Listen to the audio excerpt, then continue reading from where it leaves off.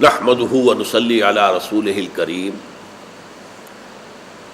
اما بعد فاعوذ بالله من الشيطان الرجيم بسم الله الرحمن الرحيم هو الذي ارسل رسوله بالهدى ودين الحق ليظهره على الدين كله ولو كره المشركون يا ايها الذين آمنوا هل ادلكم على تجارة تنجيكم من عذاب أليم تؤمنون بالله ورسوله وتجاهدون في سبيل الله بأموالكم وأنفسكم ذلكم خير لكم إن كنتم تعلمون صدق الله العظيم رب اشرح لي صدري ويسر لي أمري واحلل عقدة من لساني يفقهوا قولي اللهم ربنا ألهمنا رشدنا وأعذنا من شرور أنفسنا اللهم ارنا الحق حقا وارزقنا اتباعه وارنا الباطل باطلا وارزقنا اجتنابه اللهم وفقنا لما تحب وترضى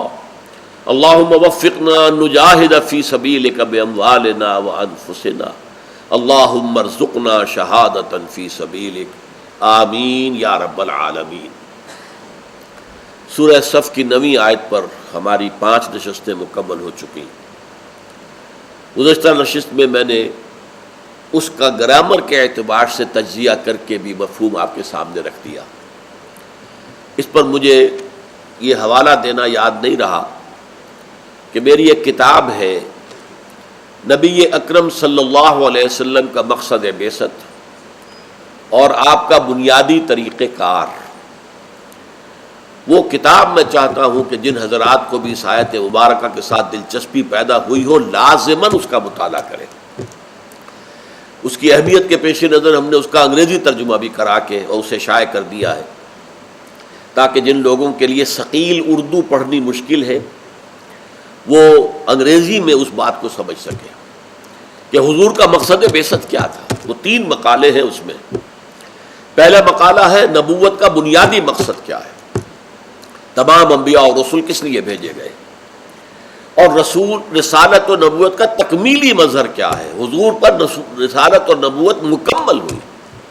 اور اس میں در حقیقت 24 صفحات پر مشتمل میرا یہ مقالہ ہے جو اس آیت کے بارے میں ہے، هو الذی ارسل رسولہ بالہدی ودین الحق لیظہرہ علی الدین کلہ۔ اب ہم آگے بڑھ رہے ہیں۔ یہ معین ہو گیا کہ رسول اللہ صلی اللہ علیہ وسلم کا مقصد بعثت اظہار دین الحق علی الدین کلہ، دین حق کو غالب کر دینا پورے دین پر، یہ آپ کا مقصد بعثت تھا۔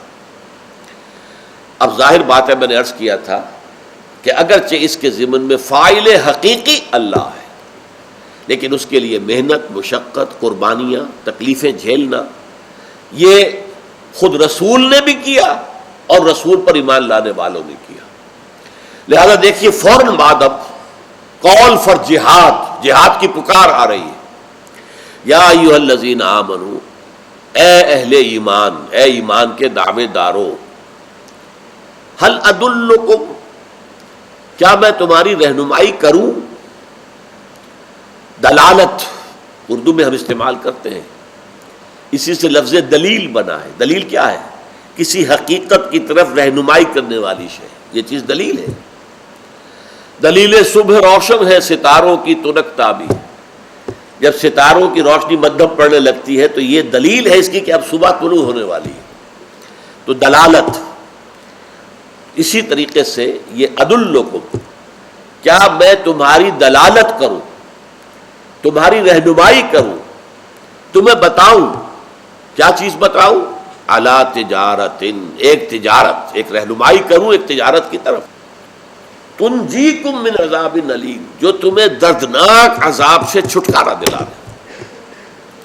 اب ذرا اس آیت کی کنسٹرکشن پر غور کیجئے۔ خطاب کس سے ہو رہا ہے؟ یا ایھا الذین آمنوا، لیکن نجات، جہنم سے نجات، عذاب علیم سے نجات کے لیے ایک تجارت لازم کی جا رہی ہے۔ وہ تجارت، اب دیکھیے یہ قرآن کا اسلوب ہے۔ قرآن مجید ایک تو یہ کہ سوال کرتا ہے پھر جواب دیتا ہے، عام طور پر آپ نے دیکھا ہوگا۔ حدیث میں بھی حضور نے یہ فطری طریقہ جو ہے تعلیم کا استعمال کیا ہے آپ سوال کرتے تھے، اکثر و بیشتر تو صحابہ کہتے تھے اللہ و رسولہ عالم، اللہ اور اس کا رسول بہتر جانتے، جواب نہیں دیتے تھے، لیکن پھر آپ دوبارہ پوچھتے تھے، پھر جواب دیتے تھے اپنی سمجھ کے مطابق، پھر حضور بیان کرتے تھے۔ اس لیے کہ سوال کرنے سے جو سامع ہیں وہ متوجہ ہو جاتے ہیں، ان کی توجہ مرتکز ہو جاتی ہے۔ جیسے میں نے آپ کو بارہا وہ حدیث سنائی ہے کہ آپ نے سوال کیا اپنے صحابہ سے، اتدرون من المفلس، کیا آپ لوگ جانتے ہیں مفلس کون ہے؟ اب صحابہ کا جواب کیا ہو سکتا تھا؟ المفلس عندنا من لا درہم لہ ولا دینار، حضور ہم تو مفلس اسی کو سمجھتے ہیں جس کے پاس درہم و دینار نہ ہو۔ آپ نے فرمایا نہیں، میری امت کا مفلس وہ ہوگا کہ جو نمازیں اور روزے اور حج اور عمرے تو بہت سے لے کر آئے گا، لیکن حقوق العباد میں اس نے کوتاہی کی ہوگی، کسی کا مال ہڑپ کر لیا، کسی کی عزت پر حملہ کر دیا، کسی پر تہمت لگا دی، کسی کی غیبت کی، وہ سارے مدعی آ جائے، اللہ اس نے میرے ساتھ یہ کیا تھا، اللہ اس نے میرے ساتھ یہ کیا، اللہ اس نے میرے ساتھ یہ کیا، اور وہاں کیا ہوگا؟ اور کوئی چیز تو تھی نہیں۔ یہ جو نمازیں لے کر آیا تھا، کسی مدعی کو نمازیں دے دی جائیں گی، اچھا بھائی کمپنسیشن کے لیے تم اس کی نمازیں تم لے جاؤ، اچھا لو بھائی اس کے روزے تمہارے حوالے، اس کے حج تم لے جاؤ، اس کے عمرے یہ تم لے جاؤ، کچھ نہیں رہے گا۔ لیکن ابھی مدعی باقی ہوں گے، تو پھر اللہ کیا کرے گا؟ ان مدعیوں کے گناہ اس کے کھاتے میں ڈالے گا، اور وہ دوسروں کے گناہوں کے بوجھ تلے دب کر جہنم میں جھونک دیا جائے۔ یہ مفلس ہے۔ اب دیکھیں یہ طریقہ ہے سمجھانے کا، پہلے پوچھا مفلس کون ہے، اسی طرح یہاں کہا هل ادلکم علی تجارت، کیا میں بتاؤں تمہیں ایک تجارت؟ اچھا دوسری بات نوٹ کیجئے، تجارت کا لفظ ایسا عام لفظ ہے، کوئی فلسفیانہ لفظ نہیں ہے۔ تجارت ہر شخص جانتا ہے تجارت کیا ہے۔ تجارت میں دو چیزیں لازماً کھپتی ہیں، محنت اور سرمایہ۔ سرمایہ تھوڑا ہے، محنت زیادہ ہوگی۔ آپ کے پاس اتنے ہی پیسے ہیں کہ پھل کی ایک ٹوکری یا چھابا جو ہے وہ آپ خرید لائے ہیں منڈی سے، اب یہ کہ آپ سارا دن اس کو لے کر گھوم رہے ہیں تو شام کو 150 روپے اس میں سے بچا لیں گے، کیونکہ سرمایہ کم ہے، محنت زیادہ ہے۔ اس کے بعد بہتر پوزیشن ہوگی، ریڈی ہو گئی، جب پھر دکان ہو گئی، کہیں دکان لی ہے کسی اچھی جگہ پر، اس سے آگے بڑھتے جائیں گے۔ لیکن سرمایہ اور محنت ان دو کے بغیر، اور یہ کیوں ہوتا ہے؟ کسی نفع کے حصول کے لیے مال بھی لگانا اور محنت بھی کرنا، یہ ہے تجارت۔ اس کے برعکس سود کیا ہے؟ صرف مال سے کمانا۔ لو بھائی یہ 10 لاکھ روپیہ تم قرض لے جاؤ، مجھے تم 15% دیتے رہنا، 15% سود، تمہارے یہ 10 لاکھ جو ہے 20 لاکھ بن جائے تو تمہاری قسمت ہے، تم جانو، اور اگر 5 لاکھ رہ جائے تو تم جانو، مجھے پرواہ نہیں ہے، مجھے تو اپنی اصل زر بھی چاہیے گا اور 15% بھی چاہیے۔ یہ حرام، اس میں آپ کی محنت لگی نہیں، صرف سرمایہ کما رہا ہے۔ تو یہ جو ہے سرمایہ جمع محنت بغرض حصول نفع، یہ ہے تجارت۔ لہذا وہ لفظ کے جو سب کو سمجھ میں آتا ہے تجارت کسے کہتے ہیں وہ استعمال کیا، یا ایھا الذین آمنوا، اہل ایمان، ایمان کے دعوے دارو، هل ادلکم علی تجارت، کیا میں تمہاری رہنمائی کروں ایک ایسی تجارت کی طرف، تنجیکم من عذاب علیم، نجات سے بنا تنجی، انجا باب افعال، انجا ینجی انجاءن، تو یہ جو ہے منجی، ثلاث منجیات و ثلاث مہلکات، تو منجی وہ شے جو نجات دے، تو فرمایا جو تمہیں نجات دے دے عذاب علیم، دردناک عذاب سے۔ اب اس آیت کی کنسٹرکشن سے ایک نتیجہ نکلا، اگر اس تجارت کے بغیر بھی جہنم سے نجات ہو تو پھر یہ کلام محمل ہو جائے گا، بے معنی ہوگا۔ جب آپ کہتے ہیں بھائی محنت کرو تاکہ پاس ہو جاؤ، اگر بغیر محنت کے بھی پاس ہو تو پھر آپ کا یہ کہنا بیکار ہے۔ لہذا یا ایھا الذین آمنوا هل ادلکم علی تجارت تنجیکم من عذاب علیم، اگر اس نجات چاہتے ہو فی الواقع، جہنم سے چھٹکارا چاہتے ہو تو یہ تجارت لازمی ہے، اس کا لزوم ہے، اس سے کوئی رستگاری نہیں ہے، اس سے کوئی چھٹکارا نہیں ہے، اس سے کوئی مفر نہیں ہے۔ یہ مفہوم اس کے اندر پنہا ہے. اور اس مفہوم کو اب جوڑ لیجئے اس سورہ مبارکہ کے جو پہلے حصے تھے. پہلے حصے میں کیا تھا؟ لما تقولون ما لا تفعلون، کیوں کہتے ہو جو کرتے نہیں. کبر مقتا عند اللہ ان تقولوا ما لا تفعلون، اللہ کے نزدیک اس کی بیزاری کو بڑھانے والی ہے یہ شے کہ تم کہو جو کرتے نہیں. یہ سارا آ گیا نا، اللہ کی بیزاری ہوگی. پھر اگر تم یہ کام نہیں کرو گے اللہ بیزار ہوگا تم سے. اور جان لو کہ اللہ کو تو وہ محبوب ہے، ان اللہ یحب الذین یقاتلون فی سبیلہ صفا کانہم بنیان مرصوص. وہاں جہاد کی آخری منزل قتال. اللہ کو تو محبوب ہے اپنے وہ بندے جو اس کی راہ میں جنگ کرتے ہیں، اس طرح جم کر اور صفیں ایسی باندھ کر کہ جیسے سیسا پلائی ہوئی دیوار ہو، ان صفوں کے اندر کوئی رخنہ پیدا نہ کیا جا سکے.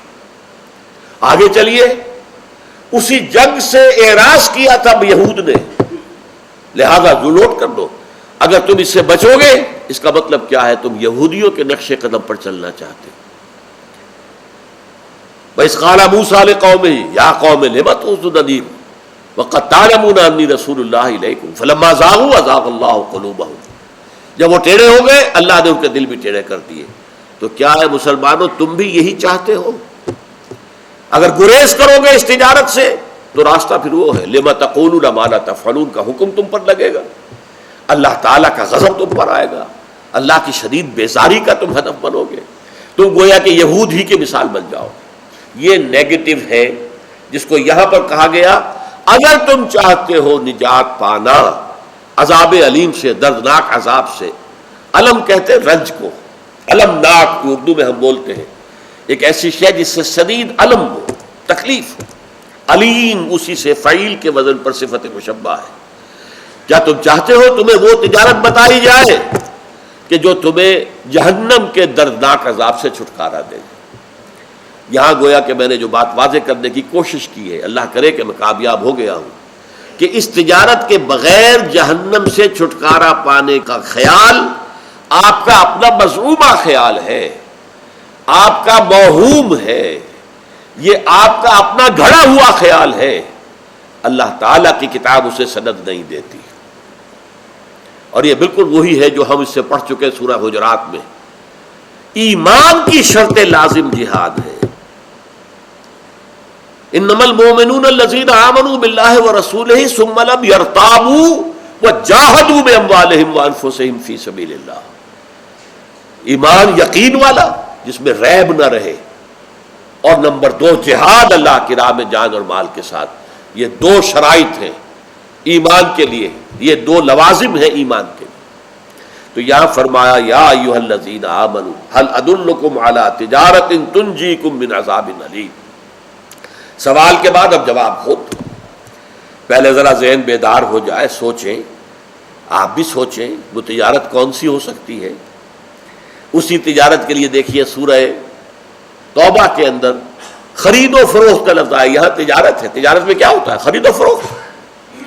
ان اللہ اشتری من المؤمنین انفسهم واموالهم بان لهم الجنہ. یقیناً اللہ نے اہل ایمان سے ان کی جانیں اور مال خرید لیے ہیں جنت کے عوض. جنت قیمت ملے گی اگر جان اور مال اللہ کے حوالے کر رہے ہو. جان اور مال اللہ کے حوالے نہ کرتے ہوئے اب جنت کی تم خواب دیکھ رہے ہو تو یہ تمہارا خواب ہی خواب ہے، یہ پورا ہونے والا نہیں. اس لیے کہ سودا تو مکمل ہوگا جب تم مال دو گے. قیمت تب ملے گی نا. مال دو پہلے، جان اور مال دو اللہ کے راستے میں، تب تمہیں جنت ملے گی. اب یہ اشترا، خریدنا. ان اللہ اشتری من المؤمنین انفسهم واموالهم بان لهم الجنہ. اللہ نے اہل ایمان سے ان کی جانیں اور مال خرید لیے اس لیے کہ ان کے لیے جنت ہے، انہیں اس کی جنت ملے گی، اس کی قیمت جنت کی شکل میں ملے گی. یہاں کیا فرمایا؟ تؤمنون باللہ ورسولہ. ایمان رکھو اللہ پر اور اس کے رسول پر. پہلی بات تو یہ نوٹ کیجئے، خطاب ہو رہا تھا یا ایھا الذین آمنوا سے. ان سے کہا جا رہا ہے ایمان رکھو اللہ پر اس کے رسول پر. کیا مطلب اس کا؟ یہ بالکل ایسے ہی جیسے سورہ نساء میں فرمایا یا ایھا الذین آمنوا آمنوا باللہ ورسولہ. اے ایمان کے دعوے داروں، ایمان لاؤ اللہ پر اور اس کے رسول پر. یعنی جیسے کہ ایمان لانے کا حق ہے. ایک ایمان ہے ایمان باللسان، اقرار باللسان، ہم نے مان لیا آمنت باللہ وملائکتہ وکتبہ ورسلہ والیوم الآخر والقدر خیرہ وشرہ من اللہ تعالی والبعث بعد الموت۔ پتہ نہیں آپ میں سے کتنے لوگوں کو یہ الفاظ یاد ہیں، یہ ایمان مفصل۔ اللہ کا شکر ہے ہم اس دور میں پیدا ہوئے جبکہ تعلیم کا آغاز ہوتا تھا یا تو قاعدہ یسرنا القرآن یا نورانی قاعدہ، اور سب سے پہلے پڑھائی جانے والی کتابیں ہوتی تھیں مفتی کفایت اللہ صاحب کی تعلیم الاسلام، 4 حصے، یہ کلمہ ہے، 6 کلمے یاد کر لو، یہ ایمان مفصل ہے، یہ ایمان مجمل ہے۔ آج کا زمانہ بہت بدل گیا، بہت بدل گیا۔ بہرحال یہ ایمان مفصل آمنت باللہ وملائکتہ وکتبہ ورسلہ والیوم الآخر والقدر خیرہ وشرہ من اللہ تعالی والبعث بعد الموت۔ ایک تو ہے زبان سے کہہ دیا، مسلمان ہو گئے۔ کوئی ہندو، کوئی سکھ، کوئی پارسی، عیسائی ابھی کہے اشہد ان لا الہ الا اللہ واشہد ان محمد رسول اللہ، وہ ایمان میں آ گیا، مسلمان ہو گیا۔ لیکن ابھی یہ زبان والی بات ہے، باللسان ہے۔ یہ ایمان اصل میں بنے گا کب؟ جب یہ دل میں داخل ہو جائے۔ وَلَمَّا يَدْخُلِ الْإِيمَانُ فِي قُلُوبِكُمْ، سورہ حجرات میں ہم پڑھ چکے ہیں۔ ابھی تک ایمان تمہارے دلوں میں داخل نہیں ہوا، دل میں داخل ہوگا تب ایمان بنے گا۔ لہذا یہاں بھی گویا کہ خطاب کن سے ہے؟ جو ایمان کی لپ سروس کر رہے ہیں، زبان سے اقرار کر رہے ہیں، زبان سے اشہد ان لا الہ الا اللہ واشہد ان محمد رسول اللہ کی گواہی دے رہے ہیں۔ ایک درجے کا ایمان تو حاصل ہو گیا۔ یہ قانونی ایمان ہے جو اسلام کا جز ہے۔ اسلام کا رکن اول کیا ہے؟ بنی الاسلام علی 5، 5 ہے ارکان اسلام، شہادت لا الہ الا اللہ وان محمد رسول اللہ واقام الصلاۃ وایتاء الزکاۃ وصوم رمضان وحج البیت من استطاع الیہ سبیلا، متفق علیہ۔ حضرت عبداللہ ابن عمر رضی اللہ تعالی عنہما سے یہ روایت۔ تو پہلا رکن اسلام کا کیا ہے؟ کلمہ شہادت۔ شہادت زبان سے ادا کی جاتی ہے۔ لہذا ایک ایمان ہے اسلام والا ایمان جس میں کہ شہادت اور اقرار باللسان شامل ہے۔ ایک ایمان ہے یقین والا ایمان جو دل کے اندر راسخ ہو چکا ہو۔ یہی بات سورہ حجرات میں ہم پڑھ چکے ہیں۔ قالت الاعراب آمنا قل لم تؤمنوا ولكن قولوا اسلمنا ولما يدخل الايمان في قلوبكم۔ یہ بدو دعویٰ کر رہے ہیں کہ اب ایمان لے آئے، نبی ان سے کہہ دیجئے تم ایمان نہیں لائے ہو، ہرگز نہیں لائے ہو۔ ہاں یہ کہہ سکتے ہو ہم مسلمان ہو گئے ہیں، ہم اسلام لے آئے ہیں، اور ابھی تک تمہارے دلوں میں ایمان داخل نہیں ہوا۔ جب تک دل میں ایمان داخل نہ ہو اس وقت تک مومن نہیں ہو۔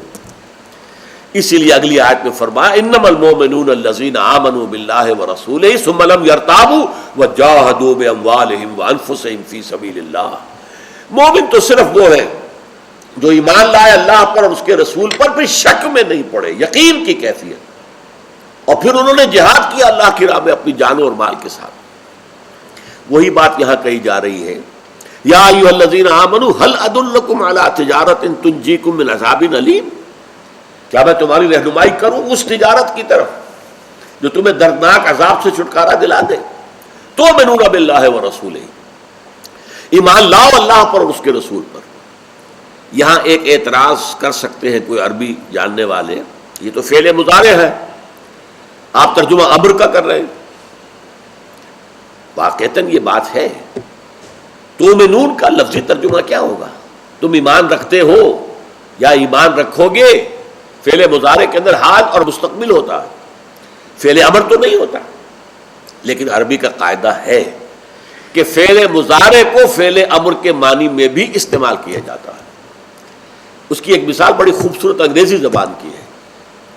فعل امر تو یہ ہوگا ڈو اٹ، یہ فعل امر ہے ڈو اٹ، اور ایک ہے یو ول ڈو اٹ۔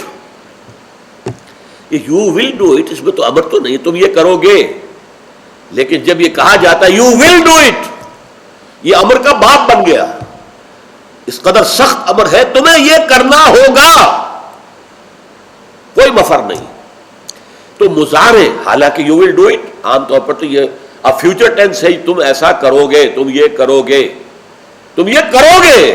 اب یہ جو زور دے کر کہا گیا کرنا ہوگا تمہیں، تم یہ کرو گے، یو ول ڈو اٹ۔ تو یہ ہے در حقیقت یہاں انداز تؤمنون باللہ ورسولہ، تمہیں ایمان حقیقی حاصل کرنا ہوگا اللہ اور اس کے رسول پر، وہ ایمان جو دل میں داخل ہو کر ایک یقین کی شکل اختیار کر لے، اور اس کا لازمی نتیجہ کیا ہوگا؟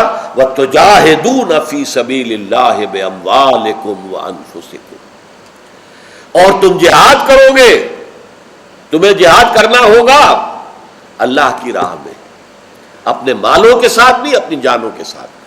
وہی دیکھیے تجارت، جان بھی کھپتی ہے، مال بھی کھپتا ہے، کوئی پونجی سرمایہ بھی ہوگا، پھر محنت بھی ہوگی، چاہے وہ محنت اس شکل میں ہو رہی ہے کہ سر کے اوپر چھاپا جو ہے اٹھایا ہوا، کس قدر شدید محنت ہے، اس سے کمتر ہو گئی ہے کہ ریڑھی ہے، آپ صرف دھکا دے رہے ہیں ریڑھی کو، وہ سارا بوجھ تو آپ کے سر پر نہیں ہے نا، اس سے کم ہے کہ ایک دکان آپ کو مل گئی، دکان میں بیٹھے ہیں، سرمایہ زیادہ ہوگا دکان ہو جائے، لیکن تجارت جو ہے اس کے بغیر نہیں ہے، سرمایہ جمع محنت، تو سرمایہ جمع محنت، سرمایہ بھی خرچ کرو اللہ کی راہ میں، بِأَمْوَالِكُمْ وَأَنفُسِكُمْ، سرمایہ بھی اپنا اللہ کی راہ میں جہاد میں لگاؤ اور اپنی جانیں بھی کھپاؤ اللہ کی راہ میں۔ یہ ہے در حقیقت نجات پانے کا واحد ذریعہ، یہ ہے، اس کے بغیر میں نے آپ سے عرض کیا تھا نا کہ انسان کام چور واقع ہوا ہے، وہ نہیں چاہتا کہ ذمہ داری کا بوجھ اٹھائے،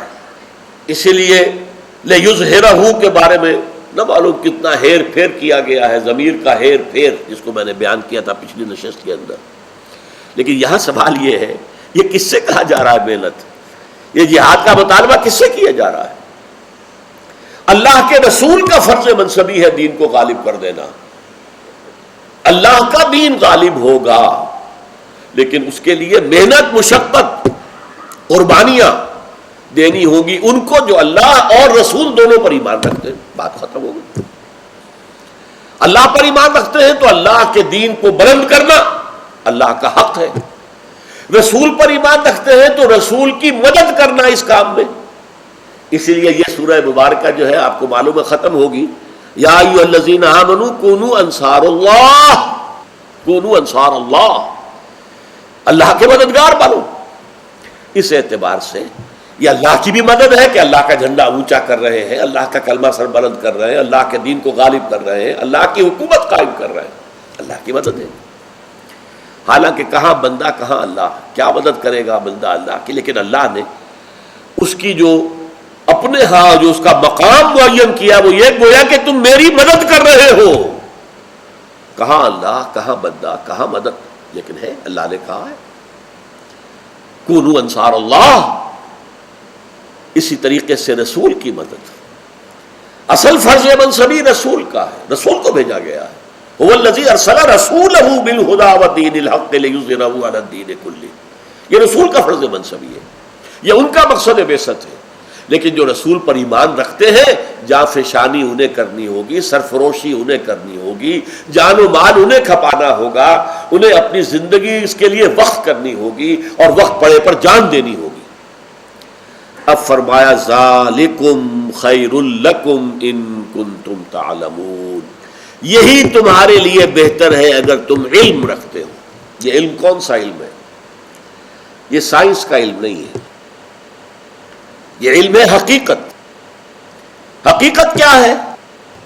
حقیقت یہ ہے یہ زندگی ختم ہونے والی ہے، لا محالہ، پھر اٹھائے جائیں گے، محاسبہ ہوگا، حساب کتاب ہوگا، پھر فیصلے ہوں گے، جنت یا جہنم۔ جن کو یہ علم ہے وہ ہے عالم،